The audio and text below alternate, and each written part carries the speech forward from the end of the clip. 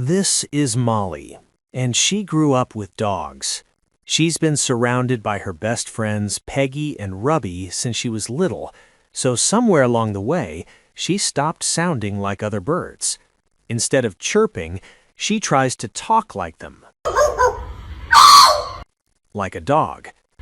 On cold winter mornings, you'll find all of them stretched out together, soaking up the sunshine like it's their favorite ritual. No rush, no noise, just warmth and quiet companionship. Molly and I share a pretty special bond, too. Whenever she gets the chance, she comes over to me, ready to play, ready to be part of whatever I'm doing. But when food shows up, that's when Molly's true priorities come out. She won't share with me, not a chance. She grabs the food and runs straight to Peggy, trying to feed her like a proud little provider.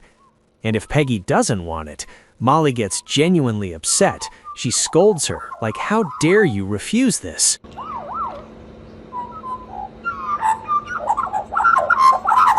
Silly Molly doesn't quite understand that her best friend is a dog. Dogs don't eat bugs the way she does. Their days are full of playful chaos, stealing toys, teasing each other, little moments that somehow never get old. Every morning they wake up early and sit side by side, staring out at the world like they're having a quiet conversation with nature itself.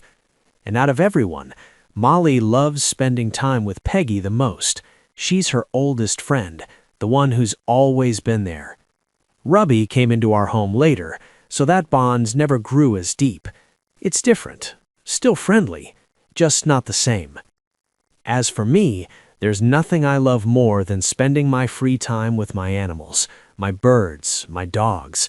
They make my quiet days feel full. And on my days off, when I'm home with them, they seem just as happy to have me. All I wish is this: as long as I'm alive, I hope the three of them stay right here with me, always.